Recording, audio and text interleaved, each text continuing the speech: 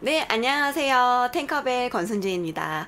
네, 여러분들의 2%를 채워줄 쉽고 프로페셔널하고 심플한 EPS 임상 그 두 번째 시간을 함께 하도록 하겠습니다. 네, 두 번째 시간에 들어가기 앞서서 우리가 지난 시간에 함께 이야기 나눴던 내용들 기억하고 계신가요? 혹시 기억이 잘 나지 않는다라면 이 영상을 보시고 나서 지난 영상도 다시 한번 돌려보시는 걸 추천드리도록 하겠습니다. 네, 지난 시간에 저희는 골드의 종류에 대해서 이야기를 나눠봤어요. 골드 종류가 어떤 것들이 있는지, 그리고 보철의 종류에 따라서 어떤 골드를 쓰고 있는지, 그리고 우리가 크라운으로 쓰고 있는 것도 골드 함량에 따라서 여러 가지의 골드가 있고 그런 것들이 어떤 차이점이 있는지에 대해서 이야기를 나눠봤습니다. 그리고 우리 병원에서 사용하는 골드의 특징들을 제대로 내가 알고 있어야지 환자분들이 묻는 질문이라든지 그런 것들에 우리가 좀 더 적절한 우리 병원을 브랜딩한 대답을 할 수 있다라고 같이 이야기를 나눴었고요. 그것들을 조금 더 상담에 활용하는 방법들은 추후에 상담의 내용에서 다시 한번 말씀드리도록 하겠습니다. 자, 그래서 오늘은요, 여러분들께 인네이 크라운, 자, 우리가 기공소에 보내고 나면 골드 크라운 또는 골드 인네이가 제작되어서 온 것들을 아마 많이들 보셨을 거예요. 그걸 보면서 순간 궁금하진 않으셨나요? 과연 저런 것들이 어떻게 만들어질까? 왜 소장님은 항상 3박 4일은 꼭 지켜달라고 이야기를 할까? 왜 우리 병원 소장님은 일주일은 지켜달라고 이야기를 할까? 그런 것들. 그래서 인네이 크라운 과연 제작하는데 얼마의 소요 시간이 필요한지에 대해서 여러분들과 함께 이야기 나눠보도록 하겠습니다. 제가 오늘 말씀드릴 이 내용들을 자료를 준비하면서 조금 더 쉽게 이해시켜드리기 위해서 사진과 이런 자료들을 좀 모으게 되었어요. 그런 자료들을 모으다 보니까 이제 어쩔 수 없이 다른 분들이 올려주신 자료를 같이 좀 활용하게 되었습니다. 그렇게 고생해서 여러 가지 자료들을 조금 더 알기 쉽게 올려주셨던 많은 분들께 이 자리를 빌어서 다시 한번 감사 인사드리도록 하겠습니다. 감사합니다. 자, 그러면 인네이 그리고 골드 크라운 그 기공의 제작 과정을 여러분이 굳이 기공소에 가지 않더라도 저와 함께 이 짧은 영상으로 이해할 수 있게끔 쉽고 재미있게 한번 가보실까요? 자, 그러면 인네이 크라운 그 기공 제작 과정을 세부적으로 알아보도록 할 건데요. 보통 저희가 골드 제작 과정 하면 보통 3박 4일로 많이들 알고 계실 거예요. 그러면 그 3박 4일이 어떻게 이루어지는지 그 대략적으로 말하는 3박 4일 날짜별로 진행 과정을 좀 간략하게 말씀을 드리도록 하겠습니다. 첫 번째로는 우리가 병원에 그 처음에 환자분이 오시면 인상체득을 이제 하게 되죠. 그럼 그 인상체득을 기공소에 보내게 됩니다. 그 기공소의 첫 번째 날이 되고요. 그날 이제 모델 작업이라는 걸 하게 돼요. 그래서 임프레션에다가 석고를 퓨어링을 하고요. 또 다이, 뭐 크라운이라든지 프록시멀이 포함되어 있는 인네이 같은 경우는 다이 작업을 진행하게 됩니다. 그리고 그렇게 진행을 하고 나면 두 번째 날 이제 그 다이 작업된 모델에다가 뭐 트리밍이라든지 소잉이라든지 이런 추가적 마운팅이라든지 이렇게 구강 내 환경과 똑같은 조건을 만든 다음에 그 크라운에 조각이 진행이 들어가게 됩니다. 그래서 왁스 형태의 왁스를 가지고요, 환자의 구강 내와 똑같은 환경에서 그 크라운을 만들게 되는 것인데요.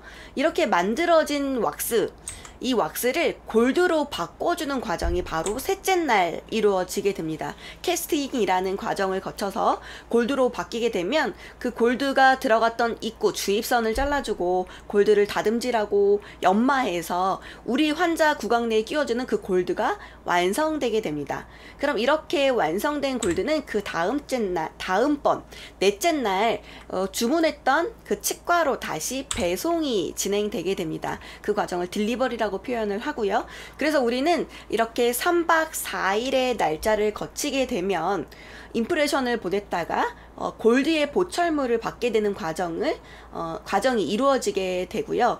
보통 브릿지 같은 경우 뭐 2개, 3개 연결되어 있는 보철물의 경우는 플러스 1일 정도를 더 주게 됩니다. 그 이유는 뭐 하나일 때보다 2개, 3개가 연결이 되면 캐스팅이라는 과정을 거치면서 왁스 상태를 골드로 바꿔줄 때 이제 약간 변형이 생길 수 있어요. 그럼 그 변형에 대한 것을 그 변형을 다시 원상복귀할 수 있는 작업을 할 수 있는 시간을 주기 위해서 여분의 하루 정도를 더 주게 되고요.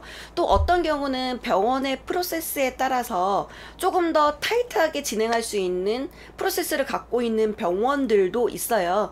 그래서 그렇게 되면 병원마다 조금 더 날짜를 더 빠르게 만드는 기공소도 있을 수 있겠고요. 조금 더 길게 희망하는 기공소도 있을 수 있습니다. 이거는 병원마다 그 병원의 프로세스에 기공소마다 그 기공소의 프로세스에 따라 차이가 있을 수 있는 점 미리 안내 드리도록 하겠습니다. 자, 지금은 제가 대략적으로 이런 기공 제작 과정을 말씀드렸는데 그 세부적인 과정을 사진을 통해서 한번 이야기를 나눠보도록 하겠습니다. 자, 그러면 그 첫 번째 날, 자, 사진 보시면 굉장히 우리에게 익숙한 사진이죠. 보통 병원에서 이렇게 임프레션을 진행을 하게 되는데요. 이제 이렇게 임프레션을 떠서 기공소에 보내게 되면 기공소에서는 이 임프레션으로 이제 퓨어링이라고 하는 작업을 진행하게 됩니다. 자, 그래서 기공소에서는 보통은 이렇게 마스터 모델을 제작을 할 때는 핸드 믹스를 하지 않고요. 진공 믹서기를 이용해서 믹싱을 하게 됩니다. 기포를 최소화시키기 위해서, 그리고 모델을 사용할 때도 혼수비를 딱 맞춰서 계량해서 사용을 하기 때문에 그런 뭐 팽창이라든지 이런 것들에 대해서 최대한 보상을 시키기 위해서 혼수비 그리고 이런 전공 믹서기를 통해서 믹스를 해서 그런 마스터 모델을 제작하게 됩니다. 자, 진공 믹서기를 이용해서 기포들을 다 빼주고요. 그렇게 뺀 기포를 이용해서 모델의 임프레션에 이제 석고를 붓게 되는 것입니다. 자, 이렇게 석고를 부어서 이제 경화를 시키게 되죠. 그런데 지금 제가 그 사진을 몇 장을 보여드렸는데 혹시 병원에서도 아마 퓨어링을 하는 경우들이 있어요. 예를 들면 우리가 대합칠을 알지네이트로 떴을 때 우리는 알지네이트의 모델에 퓨어링을 해서 모델을 기공소에 보내게 되죠. 그럼 대합칠할 때는 그런 우리가 옐로우 석고를 믹스할 때와 비교했을 때 과연 어떤 것들이 좀 다르게 보이셨나요? 아마 아까 제가 설명을 하면서 말씀드렸을 때 눈치를 채신 분들도 있을 수 있고 그렇지 못한 분들도 계실 수 있는데요. 자, 일단은 믹서하는 방법이 다릅니다. 저희가 병원에서 대합칠을 믹스할 때는 대부분 핸드 믹서를 하고요. 그냥 바이브레이터를 이용해서 붓죠. 그런데 기공소에서의 그런 마스트 모델은요, 진공 믹서기를 이용해서 혼수비와 그런 석고의 양을 정확하게 계량을 하고요. 진공 믹서기로 기포를 다 빼준 다음에 바이브레이터를 이용해서 석고를 퓨어링 하게 됩니다. 물론 진공 믹서를 사용하지 않는 예외적인 기공소도 있을 수 있습니다. 그렇지만 대다수는 이런 보철물의 정확성이 너무나도 중요한 것 알고 있기 때문에 대부분 진공 믹서기에 대한 장비 투자는 이루어지실 거라고 저는 생각이 됩니다. 자, 그리고 두 번째로 달랐던 것, 네, 바로 석고입니다.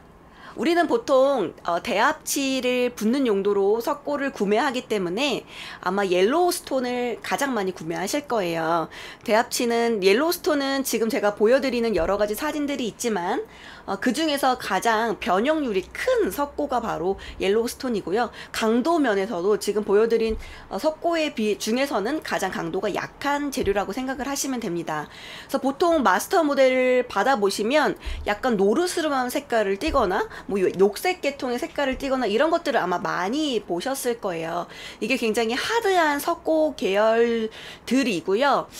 저도 이제 이전에 기공일 할 때 굉장히 많이 썼던 석고가 바로 후지락, GC 후지락을 굉장히 많이 썼었는데 좀 후지락 같은 경우는 그때 당시에도 굉장히 좀 비싸고 변형률이 적고 강도가 센 그런 좋은 석고로 저도 기억을 하고 있습니다. 그래서 이런 석고들은 우리가 일반적으로 쓰는 옐로우 스톤보다 훨씬 더 강도가 세고 변형률이 적은 그런 하드 석고라는 것을 알고 기억해 주시면 되겠습니다.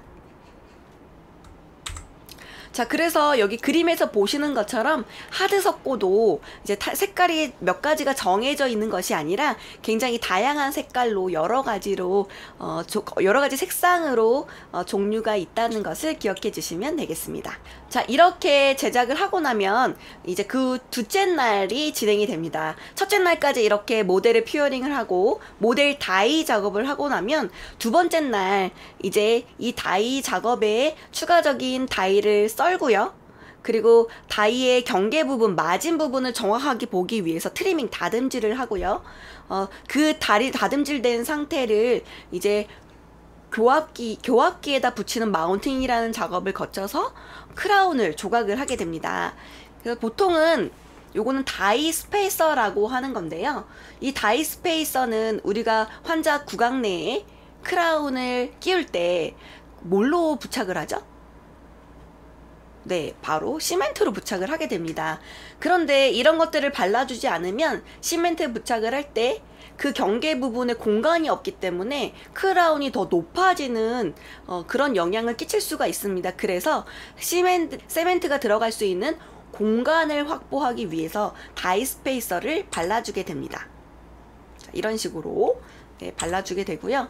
그래서 이것은 우리가 골드 크라운 제작을 했을 때 수축이라든지 팽창에 대한 보상 작용을 해주고요. 아까 말씀드렸던 시멘트 공간이 들어갈 수 있는 그 공간을 확보해주는 역할을 하게 되는 것입니다. 자, 그리고 구강내와 똑같은 환경을 만들어야 되기 때문에 이런 교합기를 통해서 대합치와 작업치를 같이 부착을 하게 됩니다. 이렇게 부착을 할 때 우리가 보통 병원에서 바이트 체득한 그 바이트 정보를 활용을 해서 이렇게 교합기 부착을 진행하게 됩니다. 그래서 보통 이렇게 모델 작업은 그 크라운을 제작하는 담당 기사가 진행을 안 할 가능성이 높기 때문에 뭐 대합치가 변형이 됐다거나 뭐 인프레션이 늘어졌다거나 이런 것들을 요 두 번째 날 담당 기사분께서 아마 확인을 하실 수가 있고요. 무언가 문제가 있어서 병원에다가 다시 뭐 본을 떠주십시오 이런 연락들이 올 때는 거의 두 번째 날 이런 연락이 올 가능성이 굉장히 높습니다. 두 번째 날 담당 기사가 확인하기 때문인 거죠. 자, 이렇게 마운팅까지 마무리하고 나면 이제 크라운 제작을 진행하게 됩니다. 크라운 제작을 할 때는 이제 다이에다가 치아의 교합 형태, 치아에 맞는 모양 형태를 만들어서 이렇게 왁스 조각을 하게 되고요. 왁스 조각을 하고 나서는 저렇게 왁스에 나중에 저게 골드로 바뀔 때 녹은 골드가 들어갈 수 있는 길을 저렇게 만들어주는 거예요. 그리고 이렇게 원추대에 달아주고요. 그 겉테두리를 링을 이용해서 벽을 만들어 주는 것입니다. 제가 여러분들에게 조금 더 사진을 보여드리면서 쉽게 설명을 하기 위해서 검색을 통해서 이 사진을 얻게 되었는데요. 너무 예쁘게 조각을 잘 해주셨더라고요. 그래서 이렇게 예쁜 사진으로 많은 분들께, 많은 치과 스텝 여러분들께 기공 과정을 조금 더 쉽게 이해할 수 있도록 이렇게 드릴 수 있도록 열심히 촬영해 주신 기공사분께 진심을 더해서 감사 인사를 대표해서 드리도록 하겠습니다. 감사합니다. 자, 그러면 이렇게 조각이 완료되면은 이 상태를 이제 메모를 하게 되는데요. 자, 메모는 아까 말씀드렸던 원추대에 이 판에다가 이렇게 크라운을 왁스로 만들고 그 주위끌을 지금 만든 모습이에요. 그리고 아까 그 은색깔의 링이 양쪽에 있는 벽면을 이루고 있는 거고요. 여기에다가 이제 매몰제라고 하는 높은 온도에서도 변형 없이 그 단단하게 굳어 있을 수 있는 매몰제를 부어주게 됩니다. 지금 여기 살짝 주황색깔, 살색깔을 띠는 것이 바로 매몰제인데요. 요렇게까지 해주면은 이제 두 번째 날 왁스 조각 진행이 마무리되게 됩니다. 그러면 일반 우리가 빵 만들 때 오븐을 많이 보시죠. 그것처럼 이건 퍼네스라고 하는 건데요. 골드를 이렇게 크라운을 왁스 조각을 하고 나면 이 퍼네스에 넣어서 높은 온도로 올려줘요. 왜 높은 온도를 올려야 될까요? 골드를 우리가 녹여서 넣는 거기 때문에 그 녹은 골드가 잘 들어가려면 그 링이라고 하는 저 왁스의 그 링, 그 메모리 되어 있는 그 링도 높은 온도가 되어 있어야 돼요. 그래서 그 오븐처럼 이런 퍼네스에다가 그 링을 넣고 온도를 올려줍니다. 그러면 그 안에 들어있던 왁스는 다 타서 없어져 버리고요. 그 링, 틀만 남아있게 되는 거죠. 이렇게 안에 이렇게 링을 넣어주고 보통 퇴근을 하죠. 그럼 다음날 와서 이 링에 있는 왁스가 다 제거되어 있는 뜨거운 이 덩어리를 놓고 골드를 녹여서 그 안에 입구로 부어주게 되는 것입니다. 네, 이렇게 퇴근하고 나면 그 다음날, 셋째 날 그 매몰되어 있는 링에 녹인 골드를 넣어주는 캐스팅이란 작업을 진행하게 됩니다. 자, 캐스팅이란 작업. 여기 보시면 퍼네스, 우리가 쉽게 빵을 굽는 오븐과 같은 높은 온도를 올릴 수 있는 기계입니다. 이 퍼네스에 이렇게 링을 넣어 놓고 높은 온도를 예약해 놓고 퇴근을 하게 되면요, 다음날 이 링을 꺼내서 골드를 녹여서 넣는, 주입하는 그런 캐스팅의 과정을 진행하게 됩니다. 아까 말씀드렸던 이 링에 저 왁스들을 이렇게 싹 녹여 버리고요, 여기에 이렇게 골드를 넣어주는 과정, 바로 캐스팅입니다. 자, 지금 저의 말로 좀 이해가 좀 안 되실 수 있는데 이렇게 매몰되어 있는 링을 제가 자세히 한번 사진으로 또 한번 보여드릴게요. 저기 보이는 검은색 점이 바로 골드, 녹은 골드가 들어갈 주입구고요. 이렇게 우리가 골드를 불대를 이용해서 녹여주고요.